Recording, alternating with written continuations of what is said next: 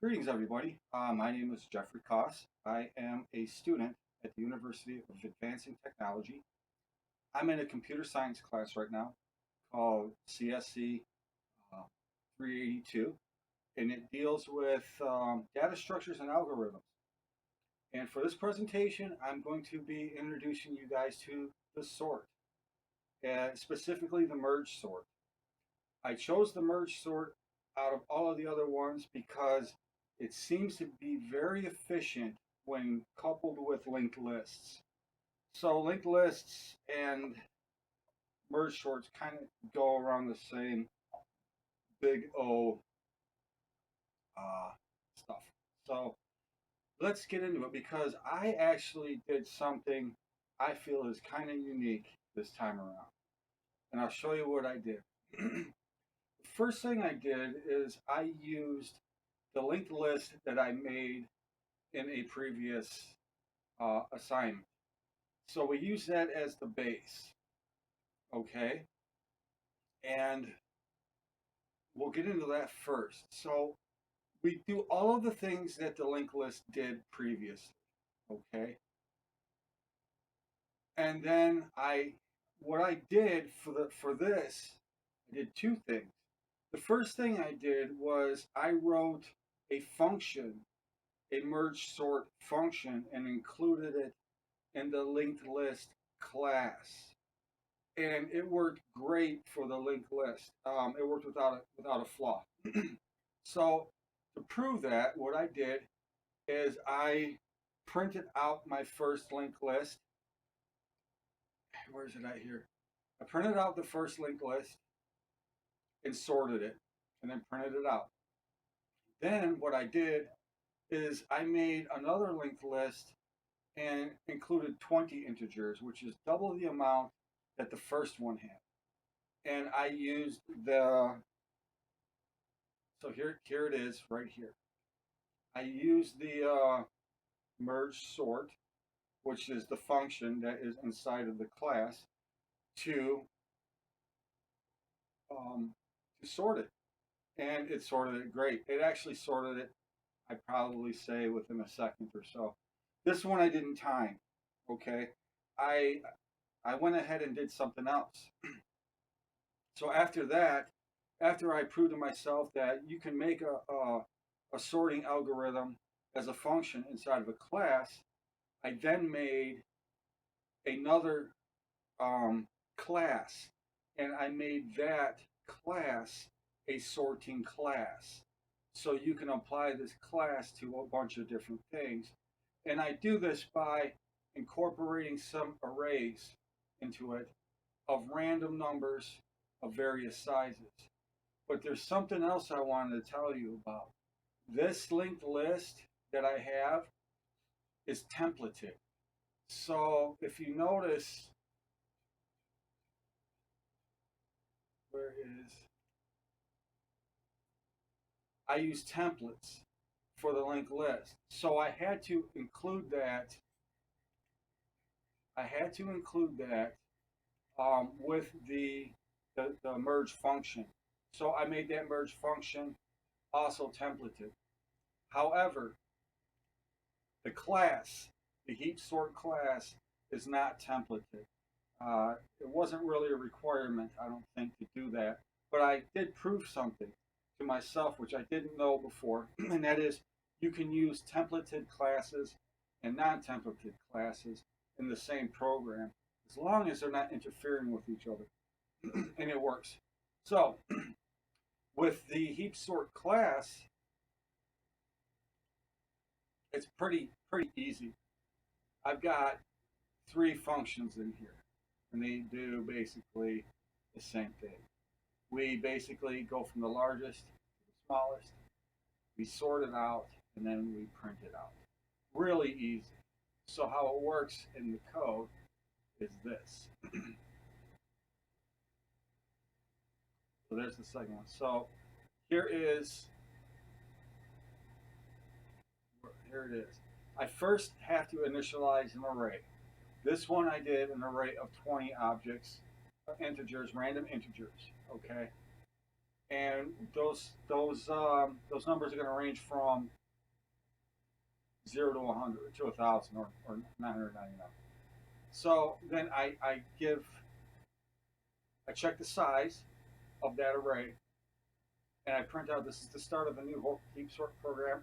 I tell you exactly how many random integers are going to be in it.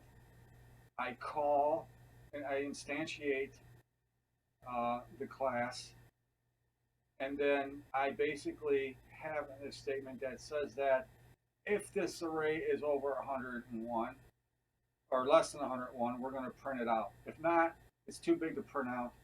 Let's just leave it alone. But we're going to sort it out anyway. So we use the heap sort program that I have. And I included a mechanism that is going to keep track of the time it takes to sort through this. It works great, but it works on it's weird. It works on epoch time, I guess. It's a little different, but it does do it accurately. To be honest with you, I had a little bit of problem with this at first. I really had to pick apart the clock algorithm and pick apart the pieces and see how it fit together. I wasn't getting it at first, but through trial and error, I figured it out. Sometimes you just have to kind of crash through some barriers in order to get things to work. That's kind of what happened with this. Each clock time point is different here, and I had to make sure that I indicated that to the program. So we have one that does 20. Okay. We have one that does 100, and it does the same thing. It prints it out, and it keeps track of the time. And then I have one that does 1,000. So here in the end, we have my linked list, my original linked list. We were able to sort that with a merge sort. I incremented another 20 unit list, and we merge sorted that. And we used a function inside of a class to do that, inside the linked list class. And then I basically use a class itself, instantiate it, and then give that class different mathematical arrays as in a list to sort through. And they work. It all works. And here is the final project, right here. So all of this stuff here is for my linked list. Okay. So here's the only caveat I got with this, and I couldn't figure this out, so maybe you can help me out, Professor, in the end. So we sorted the first linked list of 5 numbers, right? And that was easy. I was able to traverse forward and in reverse with that. When I sorted the list of 20 integers, it worked in traversal of the forward direction and printing them all out, but in the reverse direction, I only got like 4. So something's tripping me up here. I'm not sure exactly what it is, but I think with the extra stuff that I did with this program, I think it's going to make up for it. So I apologize for that. I'm still going to work on it, but there is a deadline, and I want to make sure I get this in before that deadline is over. So then, going on, we go to the class part, and this is the start of the new heap sort program. There are 20 random integers, and here they are. Okay? So then, we press a key. We're going to start, we start the heap sort. It took 8.6E-06 seconds to run the heap sort. I believe that's like 8 milliseconds or something like that. It wasn't all of that long, now was it? That's why I like heap sort. I tried bubble sort, I tried a couple other sorts, and some of these things took a while. It took 30 seconds and stuff. This, I'm pretty impressed with. So that was 20. Here's 100. Okay? So we have a new one that generates an array of 100 random integers, and here they are. Okay?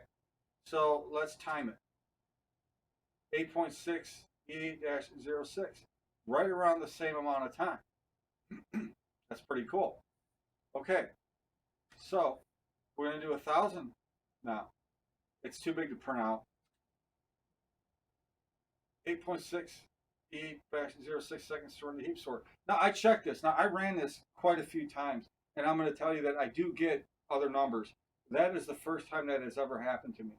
So yeah, that is a weird experience there. But obviously, what this does show is that the heap sort can basically utilize itself in a good manner and be able to sort through a bunch of random numbers in a very short period of time while using a linked list, okay, or using a list. And I think that itself shows the potential for a heap sort program. And that's what I wanted to prove today. And that is the whole basis of my lecture today, or my assignment today. So I hope you like it. You know, it's probably not perfect, but it does work. Works pretty good. I am going to do a couple more calculations and run this again just to make sure. Okay, but I'm going to hand this in for now, and we'll go through. And if there's any errors or anything like that, I will get right on it. Anyway, have a nice day, guys, and stay safe out there.